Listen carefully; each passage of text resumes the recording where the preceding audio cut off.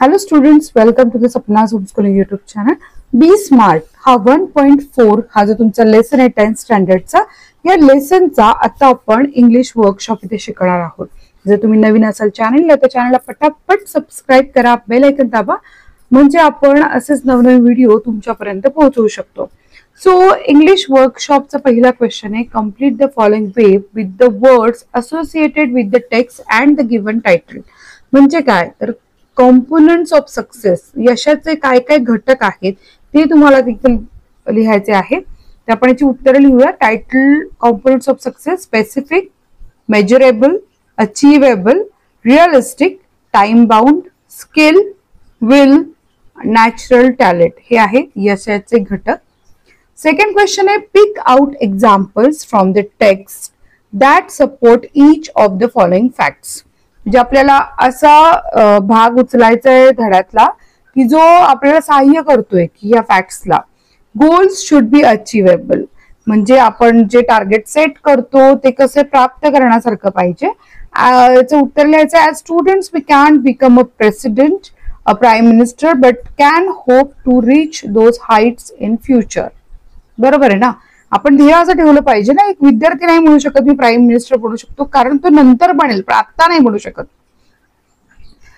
B, a time limit should be set to achieve goals, म्हणजे तुमचं goals प्राप्त करण्यासाठी वेळेचं बंधन हवं. Answer, establish time parameters around each goal as it will help increase focus and accountability to reduce weight. We know how to go about it, but without consistent time bound action it never becomes a reality. See, a specific field area has to be fixed to achieve goals. म्हणजे आपल्याला ना, आपल्याला जे गोल प्राप्त करायचे त्याच्यात ध्येय प्राप्त करायचे त्यासाठी आपल्याला एक ठराविक भाग किंवा फील्ड क्षेत्र ठरवलं पाहिजे. Answer, the more specific the area, the more refined the achievement of one's goal can be. It makes it easier to set parameters and work to get towards the goal. For example, if it is building a house, what exactly is the capacity required and how long can be stretched. B, good results depend upon the quality and quantity of work put in. याचा answer आहे the quality and quantity, म्हणजे गुणवत्ता सुद्धा आणि प्रमाण सुद्धा, त्याचं quantity of energy we put forth directly impact the results. Life is something like a trumpet. If we don't put anything in we can't get anything out. So next E, a benchmark is needed to track progress, म्हणजे आपल्याला काही गोष्टी ठरवल्या पाहिजे की हे झालं की मला इतकं यश मिळालं, तर आपल्याला ट्रॅक करता यायला पाहिजे यशाचा. Answer, this makes it easy to benchmark performances throughout the goal period, including areas to improve. While playing football, one's exact role and position has to be clearly defined. Question 3 आहे, complete the following sentences. A, smart goals are methodology of thinking that helps people reach success. B, two valuable assets of setting goals are a sense of originality and stepping stone to eliminate the path. 4, read this quote. हे वाक्य वाचायचे बघा. If we don't put anything in, we can't get anything out. म्हणजे आपण काही देणारच नाही तर काही मिळण्याची अपेक्षाच करू शकत नाही. Guess the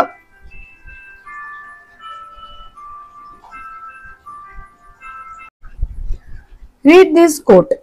तर हे विधान वाचायचे आपण. If we don't put anything in we can't get anything out, म्हणजे आपण काही देणारच नाही तर काही मिळूच शकत नाही आपल्याला. Guess the meaning, discuss in pairs and find similar codes that bring in the same meaning. अर्थाबद्दल चर्चा करायची, त्याचा अर्थ काय असू शकेल. वी मस्ट मेक एफर्ट्स और investments, time, energy, learning, practice if we want to achieve results और success. It teaches us that without input there will be no output. Now the next is similar quotes with the same meaning. आता आपण यासारखी विधान आपण लिहूयात. As you sow, so shall you reap. Your results depends on your efforts. No pain, no gain. Without hard work, you won't achieve anything worthwhile.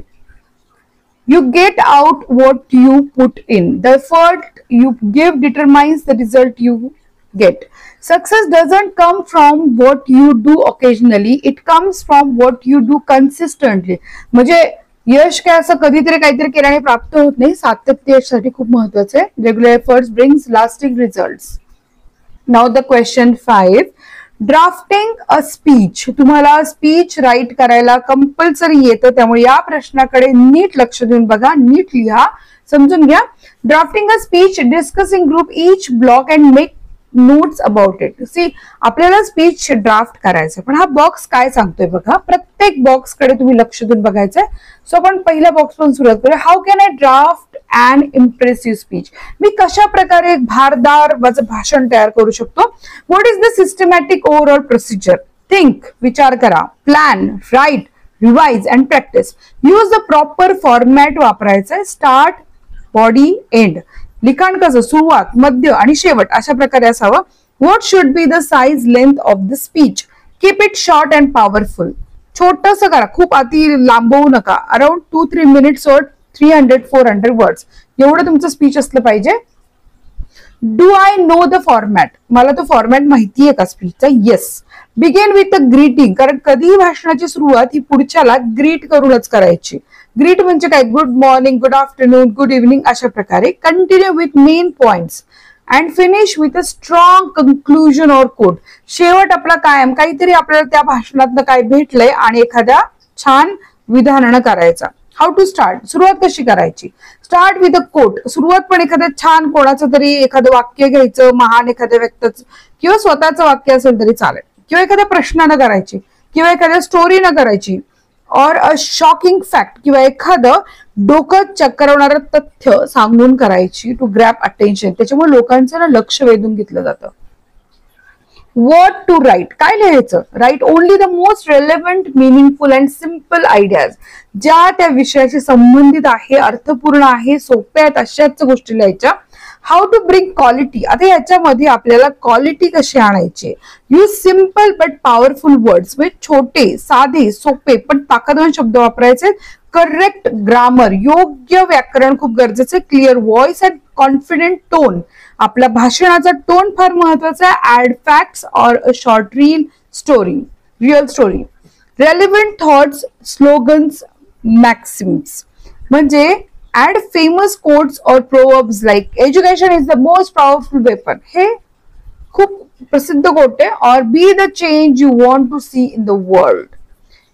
तर most important element to be included कोणते कोणते पाहिजे. Greeting, दुसरं catchy start, दुसरं 2-3 main point, मग quote example आणि strong ending. बस आलं भाषण. अशा प्रकारे तुम्ही छान भाषण करू शकता. आता स्पीच डेव्हलपमेंट कशी करायची बघा. याच्यामध्ये content, speaking, presentation, useful phrases आणि वोकॅब्युलरी. तर आपण आता इथे काय करूयात. आन्सर ह्याचं लिहूया स्पीच डेव्हलपमेंट. तर कंटेंट काय असू शकतो. What to include in the speech. Greeting and introduction. Start with a polite greeting and introduce your topic. Example, good morning, good everyone, today I'm going talk about exposition of main theme. Clearly explain your topic with organized points and ideas. Tip, break your speech into 2-3 clear points. असं ना खूप वेग नाही बोलायचं. 2-3 मुख्य मुद्दे पाहिजे. Moral, practical application with example. जसं give real life examples and link them to a moral or message. Example, for instance, Mahatma Gandhi's life teaches us. Conclusion, end with a strong message, quote or call to action. Example, let's work together to build a better tomorrow. अशा प्रकारे शेवट करायचंय. Speaking, presentation, how to present verbal clarity. Pronounce words clearly. Speak at a steady pace and use voice modulation. आवाजात बदल पाहिजे, चढ उतार पाहिजे आणि आवाजाचा टोन एकसारखा नाही, चढ उतार गरजेचे. Speaking style and mannerism. बोलण्याची पण एक पद्धत गरजेची आहे. त्यात पण एक बोलण्याच्या पद्धतीमध्ये मॅनरिझम पाहिजे. Use hand gesture. आपल्या हातांचे हावभाव कसे. Make eye contact. लोकांशी डोळ्याला डोळा भिडवायचा. And keep your body language confident. आपण असं ताट उभं राहायचं, हातात हात पकडायचा किंवा हातवारे करायचे. आपली बॉडी पोश्चर एकदम छान पाहिजे. Confidence. Show stage courage. Smile. Express emotions and avoid reading too much. काय नाही, स्टेज समोर तुमची बॉडी लँग्वेज सांगत असेल की तुम्ही कॉन्फिडंट आहे. चेहऱ्यावर एक स्माइल ठेवा आणि तुमचे भावना प्रकटीकरण चेहऱ्यातनं करणार आहे, तुमच्या शरीरातनं करणार आहे. तुम्हाला असं खूप बडबड केल्यासारखं वाचल्यासारखं बोलू नका. Useful phrases and vocabulary, what to say. Greeting. It's a pleasure to see you all here. मला बघून तुम्हाला खूप आनंद वाटला. I'm happy to be here today. मला खूप छान वाटतं इथे येऊन. हे बोलायचं असतं, ग्रीटिंग करायचं असतं. इंट्रोड्युसिंग टॉपिक सांगायचंय. Today's topic is my talk is about. मी कशाबद्दल बोलणार आहे, काय विषय आजचा. Next, starting purpose. The purpose of this speech is to main point. I will focus on 3 main ideas. मी कोणत्या गोष्टींवर बोलणार आहे. Closing कसं पाहिजे, शेवट कसं पाहिजे. If you have any question, feel free to ask. Thank you for your attention. असं शेवट करा. आता क्वेश्चन 7 आहे, dos and don'ts for delivering a speech at some more points.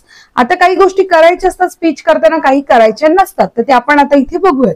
ठीक आहे. तर डूज काय काय करायचे, टॉक स्लोली, हळू बोलायचे. हळू म्हणजे काय करता तसं नाही, मोठ्याने पण सावकाश. एम्फसाइज कीवर्ड्स आणि जे महत्वाचे मुद्दे त्यांच्यावर भर द्यायचे. मेंटेन आय कॉन्टॅक्ट, डोळ्याला डोळ्या भिडवायचे विथ द ऑडियन्स. एकाच माणसाकडे बघत बोलायचं नाहीये, सगळ्यांकडे बघत बोलायचं. Use hand gesture and facial expression. चेहऱ्यावरचे भाव, हाताचे भाव फार महत्वाचे. Practice before the actual speech. आणि बोलायच्या अगोदर तुम्ही सराव करू शकत असाल तर खूप छान. स्टे कॉन्फिडेंट अँड काम. अतिशय आत्मविश्वास ठेवा, मन शांत ठेवा. Use short and clear sentences. छोटी छोटी वाक्य बोला आणि स्वच्छ बोला. Pause at important points. आणि जे महत्वाच्या गोष्टीसाठी थांबा. डोंट्स काय करायचं नाहीये. डोंट मंबल, तोंडातल्या तोंडात बोलायचं नाही. डोंट लुक अप डाऊन, वर खाली बघायचं नाही. Don't read the whole speech word by word. आणि वाचून काढायचं नाहीये भाषण कधीच. Don't speak too fast. आमची गाडी निघाल्यामुळे असं बडबड करत घाईत बोलायचं नाही. डोंट यूज डिफिकल्ट और कन्फ्युजिंग वर्ड्स. काहीतरी गोंधळात सारखे शब्द बोलायचे नाही. Don't turn your back to the audience. लोकांना पाठ करून बोलायचं नाही. Don't show nervousness on fidget. चेहरा असं थरथर हावभाव किंवा एकदम काय आता करू मी असं तसं करायचं नाही. Don't forget to thank the audience. आणि ऑडियन्सचे आभार मानायला विसरायचं नाही. कळलं.